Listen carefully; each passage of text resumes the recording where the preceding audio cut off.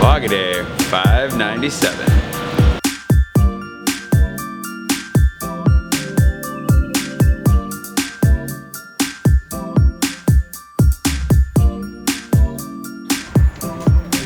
Good morning, it's Monday. I'm just heading straight to work, no preamble, just getting to it. I'm mostly caught up, getting closer, getting really close to feeling like I'm actually on top of things, which will only last for, you know, a couple of days probably, but at least it'll feel good for a couple of days. That'll be good.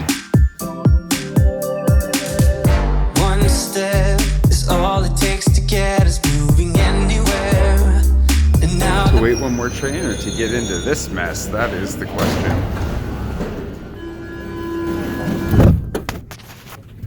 Give it a try. Now that we are on our way, I need to say what used to keep us back were just excuses made to not change. Morning crush.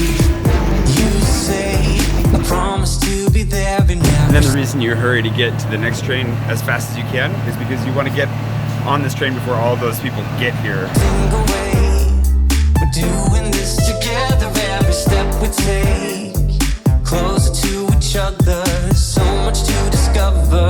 I can't help but feeling our love taking over. Our hearts getting closer and closer. I can't get enough of times of getting lost with you. Getting lost with you. Stumbled across an email exchange that I hadn't responded to from Jorge a while ago, and he had a list of things that he thought would be interesting to hear about, and some of them are things that I've already planned on doing, but some of them are not. And so I thought, in the spirit especially of the increased interest in the behind the scenes vlogging, I thought I'd share a few things that I wish I would have known before I started vlogging every day. And there are a few. I mean, I think most of these are things that you could see coming, but I guess if you could reclassify this as things I didn't realize would be quite this way before I started vlogging every day.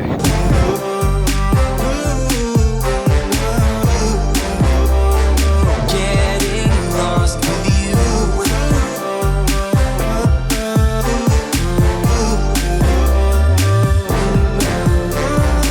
The first thing would probably be on the exhaustion front. I knew that I was going to be tired. That just goes with the territory, especially when you're always doing stuff, moving around, filming, editing late at night. But I don't think that I realized just how taxing it would be on the endurance. So we get to this point where I'm another like 200 vlogs into the season and more. Well, I'm well over that, I guess, at this point. It becomes, it's just tiring. Like it's taxing on you more than just physically, but also kind of emotionally, creatively, the ability to enunciate also goes downhill. I'm trying to figure out what you're doing on a daily basis, which is why the editorial calendar is so important, but also just having the energy to pick it up and do it again every day and sit down at night and edit. And I went through a phase, we're getting out of it, but I go through these phases every few months where for like a few days, if not a week, maybe 2 weeks, depending on the phase, I just don't really feel like doing it anymore. And I make myself do it. I'm disciplined in it. I sit down, I put in the effort, but just the fact that it would require that much discipline at certain points, I don't know that I was really, really excited and really enthusiastic when I got started. I didn't think that I would need that. I just figured if once I got into the habit, I'd be good to go. I was very optimistic. One step more and now we're far from everything we had. Ready for whatever's lying up ahead. Equipment.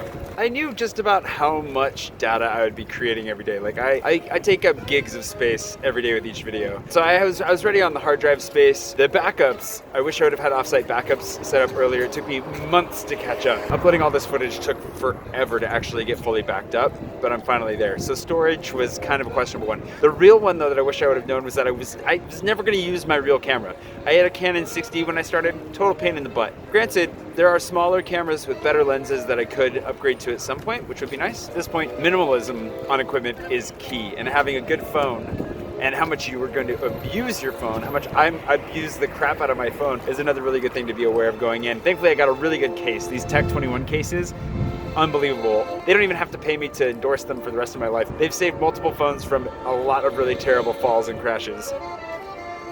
There's only so much background noise that you can handle. But even small things that I do carry with me, like the microphone that I have a directional microphone that was sent to me that is actually really, really handy. It did kind of backfire on me recently, so it's reduced my trust levels in it a little bit. But even having something like that, like I don't take the time to take it out. Like my tripod and my phone, that's all I need. That's all I really need. Would I like to up my game? Would I like to get my photography level higher? Would I like to actually spend some more time on it? Yes. Am I going to? Probably not. Not without some serious intentional effort. So on the daily vlogging side of things, all the equipment you need, hard drive space, phone, tripod, that's it. And occasionally a microphone upgrade probably helps too. We won't stop moving, feels too good for that. So good. Another thing would have been to set my expectations a little bit better. Things grew and are growing much more slowly than anticipated or hoped for, I suppose. I knew in a way that, like, when I started vlogging, I think I did a very good thing, which was that I sat down and I wrote out all of my goals, like my personal goals. A lot of them had to do with like overcoming the fear of doing this, like speaking to a camera in public with weird people staring at you across the way, overcoming certain insecurities and uncertainties, things like that. I think those are really good. And basically all my goals centered around things that I could actually control. I can control whether or not I show up every day, whether or not I make a video every day, whether I'm producing to the quality and an improving level of quality every day. Those are things that I can control. Subscriber count, how many people actually follow me, like me, support me on Patreon, whatever. I can't control that. Like, that's up to you. Still, you have some hopes and some secret expectations of, you know, things going a lot bigger, a lot faster than they end up going. But for me, they were really, really slow. Just to give you an idea, I think I started, this is my old channel that I managed to get back up and running. And I think I had something like 450 subscribers when I started vlogging. I did not break 900 within my first season of vlogging. 378 videos plus with not even 1,000 subscribers. That's basically almost one subscriber per video made. And considering that each video takes probably around 5 hours of work, that is a really low return on investment. So going into it with my own goals, expectations, and hopes for what I was producing was good because I did accomplish a lot of those things. I'm really happy with what I've produced. I'm really happy that I've journaled my life in this way. That I have done this has been totally worth it, even if nobody showed up. But it definitely, especially from an artistic standpoint, takes an extra toll when so few people show up for so long. And now that things are growing, and they are growing, you know, you just got to remind yourself that things were much slower before. They're much better now. And you just got to keep doing what you're doing and keep moving forward, keep toiling on. So I wish I would have had a little bit more realistic expectations, I guess, in that way, that I wouldn't have harbored those secret hopes, but that's not something you can really change. And I don't think that I would expect myself to change those. So I'm really glad that I also set myself up with some really good goals and expectations otherwise. But man, it definitely was much slower going than anticipated. Our hearts getting closer and closer. I can't get enough of times of getting lost with you. Getting lost with you.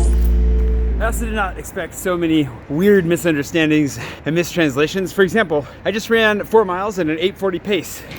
I'm still shocked how many people think that I mean that I ran 4 miles in 8 minutes when I say that. And people are like, that's impossible. You couldn't have done that. Like they get offended by it. I hate to break to you, that's not what I'm saying. That happens a lot, like random little things. I guess I never expected people to misunderstand me so much. It doesn't happen a ton, but more than expected. And then people ask, dare I say it, people ask some very stupid questions, or at least inappropriate ones. Also not frequently, but enough that it kind of shocks me. And that brings me actually to my next point. Every step we take. One of the things I wasn't expecting, I kind of was expecting there to be some weird, trollish, and abusive comments here and there. And one of the things that I wish I would have known, was that there'd be so few, to be honest. The majority, like 95 to 98% of comments that I get are amazing. Actually, you guys are great. I have no problem with the majority of what's going on. There's just the occasional one that concerns me. There's obviously your xenophobes and racists and misogynists, and just instantly block those because I don't need them around, and I don't think you do either. But the ones that concern me are when people ask me for like medical advice or legal advice over YouTube comments. It's like somebody wrote me, and they actually responded again recently when I brought this up, but they were in their hotel room like sick and needed a doctor and reached out to me through comments. First of all, I didn't see that right away. Like I'm not constantly flipping through comments seeing when new ones come up. Secondly, don't talk to me about getting a doctor. Like, talk to the hotel front desk, call an emergency service, do something. If you're sick and you're dying, don't reach out to me through YouTube comments. That is a terrible, terrible idea. So that was something that I was not expecting whatsoever, was to be having to refer people to real services over the internet. I also don't take responsibility for any of that, by the way. If you ask me medical advice or legal advice or accounting advice or advice on how to play tennis, all the results will be equally bad. So don't do it. Just don't do it. Another one would be equipment breakdowns. The irony that my chair broke just a little bit more as I sat down to tell you that. It's funny because I actually would have I expect some things to break down and others kind of surprised me. So tripods I expect to break eventually, and actually they've done much better by and large than expected. I mean, I've got one hanging there. I had one hanging from up there. I've gone through probably, in the last year and a half of vlogging, I would guess I've gone through 8 or 9 at least little Joby tripods, and I love them, but they're friction based, so they're gonna die eventually. What has caught me off guard is both that my phones have held up better than expected. These Samsungs actually do pretty well over time, but also in the ways that they betray you. The main way that I get betrayed by these things is actually in that the audio and video don't sync, and that is really annoying. So what you'll end up with is like my last one. So I have the S8 here. I had the S7 before that. Towards the end of its life with the S7, for months, almost every video clip would be out of sync, and sometimes progressively out of sync, meaning that like it would go from being 3 frames out of sync to being 6 frames out of sync to being 8 to being 5 to being 12, like just all over the place. And so you're sitting there editing, and your edit time actually gets longer because you're spending all this time trying to figure out, okay, how do I sync this up? Like relinking it, blah, blah, blah. Giant pain in the keister. So little things like that I was not expecting to come my way definitely hit me. I also wasn't fully expecting it to be as challenging up front as it was to make full content. Like now, I feel like I'm cheating if I make a video that's less than 10 minutes. Not because I think my audience will feel cheated, but because it feels too easy to me. Making a short video is just, walk outside and make something now. But when I started, making anything over 6 or 7 minutes was kind of a challenge to do in a way that actually maintained anyone's interest. I guess I would have warned myself that side of things, and also just the time it takes to put together. Probably spend 5 hours a day on my vlog, something like that. I've never really fully quantified it, but it's a lot. And we'll figure it out here soon when we make the how to vlog video in the not too distant future. But those are some things that I wish I would have known before I started vlogging. I hope that they're helpful for those of you that are thinking about vlogging every day. If you're not vlogging every day, some of these things don't take quite the same toll on you as doing it every day does, but not that I know any different, because it's been like, almost 600 vlogs in, and yeah, I don't know. What would it be like to only vlog every 3 days, or every other day, or 3 days a week, or whatever? I don't know. It could very well be harder just getting yourself up and doing it. I don't know. But if you enjoyed this, I do vlog every day. If you didn't pick up on that yet, and if you haven't subscribed yet, please do subscribe. For those of you who are subscribed, thank you. If you've been thinking about jumping on Patreon, please, that would be amazing. It's growing, and it's making videos like this possible. Vlogging every day is becoming increasingly less stressful and providing you with better opportunities because my patrons are amazing. So thank you for your generosity. I really appreciate it. I do have a Kickstarter going right now that is also linked below if you'd like to pick up a book. Even if it's just an ebook, every copy counts, and it really makes a big difference to me and my future as a writer and hopefully within publishing. Thank you so much for watching. I gotta go do laundry and find food, I think, at this point. My life is that exciting. I'll see you tomorrow. Closer to each other, so much to discuss.